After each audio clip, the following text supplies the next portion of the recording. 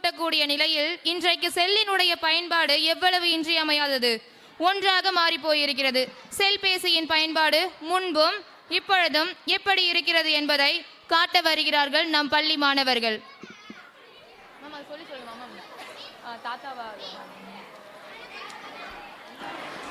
தாத்தாவாக K Aadhavan 5th standard, பேரனாக R M Rupesh 4th standard.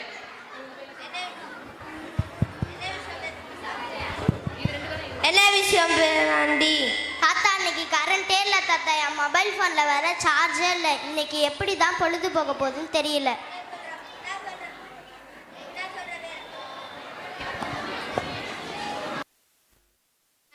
தாத்தா இன்னைக்கு கரண்டே இல்லை தாத்தா, என் மொபைல் ஃபோனில் வேற சார்ஜே இல்லை. இன்னைக்கு எப்படி தான் பொழுது போக போகுதுன்னு தெரியல. என்ன சொல்கிற பேராண்டி?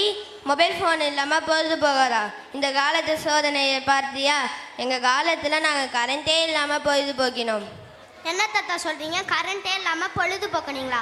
அது கூட பரவாயில்ல, மொபைல் ஃபோன் இல்லாமல் எப்படி தாத்தா? என்னது மொபைல் ஃபோன் இல்லாமல் பொழுது போகாதா?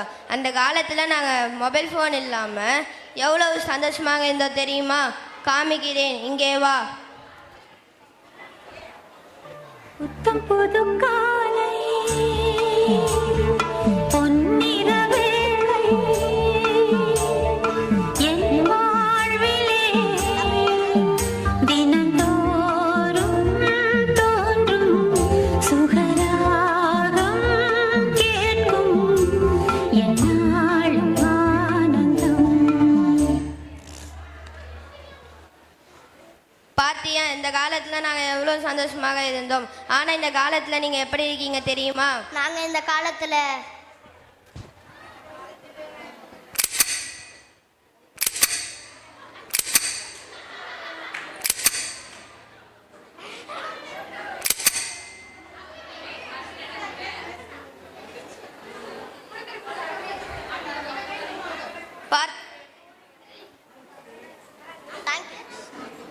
பார்த்தியா, நீங்கள் இந்த காலத்தில் என்னென்ன பண்ணிட்டு இருந்தீங்க? ஆமாங்க தாத்தா.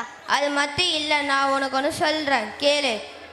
அந்த காலத்தில் விடுமுறை நாட்கள் வந்தால் நாங்கள் எல்லாரும் ஒன்றா உட்காந்து சந்தோஷமாக சாப்பிடுவோம். இப்போ தான் ஒன்றா உட்காந்து சாப்பிடுறோம். நாங்கள் சாப்பிடுவதற்கும் நீங்கள் சாப்பிடுவதற்கும் வித்தியாசத்தை பார்க்கலாமா? பார்க்கலாமே. அதே காத்து வாசம் வேற, அதே மண்ணு வண்ணம் வேற, அதே மக்க வாழ்க்கை வேற, ஒண்ணு மட்டும் மாறவில்லை, மக்க நாட்டு சுவைய.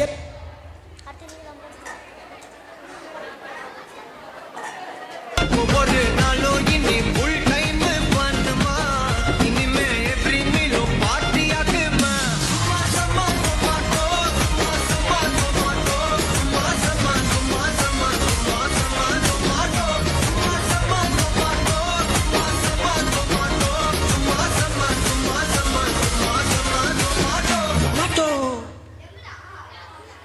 சாப்பிட்ற விஷயத்துல தான் இந்த மாதிரி இருக்கீங்கன்னு பார்த்தா விளையாட்டு விஷயத்துல எப்படி சாமி இருப்பீங்க?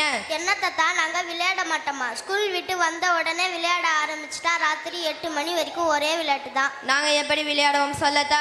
சொல்லுங்க பார்ப்போம். வெயிலில் நம் உடம்பை தயாரிக்க மிக முக்கிய சத்து விட்டமின் டி. இந்த சத்து நம் உடம்பில் உள்ள வளர்ச்சிக்கும் மன வலிமைக்கும் மிக முக்கிய பங்காக விளங்குகிறது. இந்த சத்து என்றால் பெற வேண்டும் என்றால் காலையால் மாலையில் இளம் வெயிலில் தினமும் 10 நிமிடங்கள் என்றால் போதும். வெயிலில் சுற்றினால் உடம்பு கருக்கும் என்பதை விட நோய் எதிர்ப்பு சக்தி அதிகமாகும்.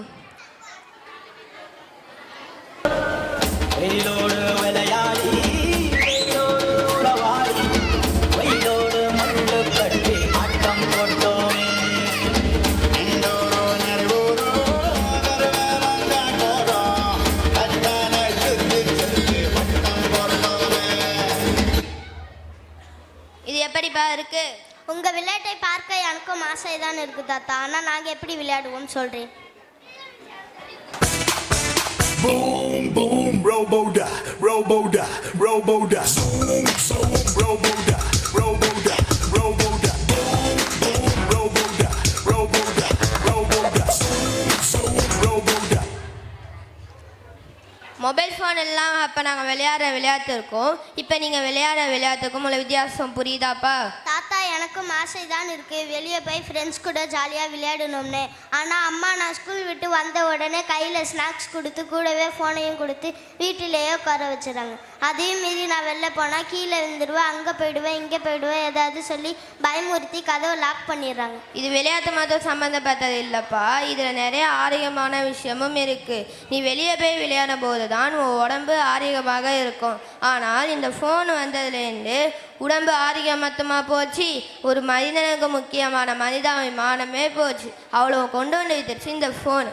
எதை வச்சு தாத்தா மனிதாபிமானமே இல்லைன்னு சொல்கிறீங்க? இதை பாரு மனிதாபிமானத்தை.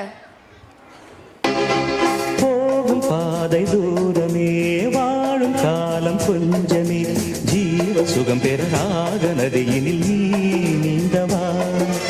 போகும் பாதை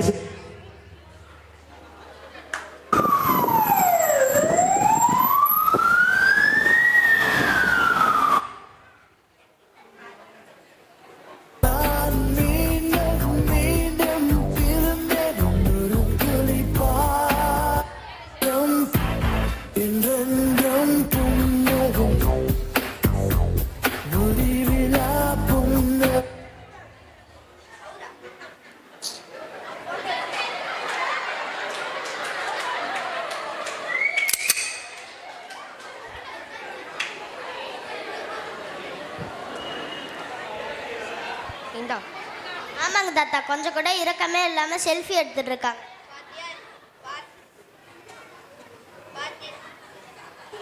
மொபைல் ஃபோன் உங்களை எந்த நிலைமை கொண்டு வந்து விட்டுருக்குன்னு? அப்போனா இந்த மொபைல் ஃபோன்னால எந்த யூஸுமே இல்லைன்னு சொல்கிறீங்களா தாத்தா? கெட்டது மட்டும் இருக்குன்னு நான் சொல்ல வரல, அதில் நிறைய நல்ல விஷயங்களும் இருக்குது.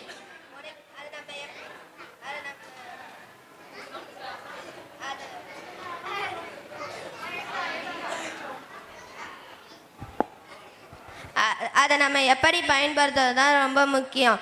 உனக்கே நல்லா ஒரு 5 நிமிஷம் உட்காந்து யோசிப்பார். மொபைல் ஃபோனில் நம்ம நிறையா படிச்சிருக்கலாம், தெரிஞ்சிருக்கலாம். உனக்கே நல்லா தெரியும், 5 வருஷத்துக்கு முன்னாடி கொரோனாவால் பள்ளிக்கூடமே மொபைல் ஃபோனில் தான் இருந்துச்சு. அதுதான் நல்ல விஷயம். மொபைல் ஃபோன் என்பது ஒரு அரிய கண்டுபிடிப்பு. அதை அறிவை வளர்த்துக்க மட்டும் பயன்படுத்துங்க. அதை விட்டுட்டு வாட்ஸ்அப், ட்விட்டர், ஃபேஸ்புக்குன்னு இன்ஸ்டாகிராம்குள்ளே போய் நேரத்தை வீணடிக்காமல், அது மட்டும் சோஷியல் மீடியாக்குள்ளே போய் ஃப்ரீ ஃபயர், பப்ஜின்னு மொபைல் ஃபோன் கேமே விளையாடி பொழுது கழிக்கக்கூடாது. எங்கள் நேரத்தை வீணடிக்கிற இந்த ஃபோனை இனிமேல் அனாவசியமாக யூஸ் பண்ண மாட்டேன் தாத்தா. என்ன ஃப்ரெண்ட்ஸ், எங்கள் தாத்தா சொன்னதை கேட்டு நான் மாறிட்டேன், நீங்களாம் எப்போ மாற போகிறீங்க? மொபைல் ஃபோனை பயன்படுத்துங்க, அதை அனாவசியமாக பயன்படுத்தாதீங்க.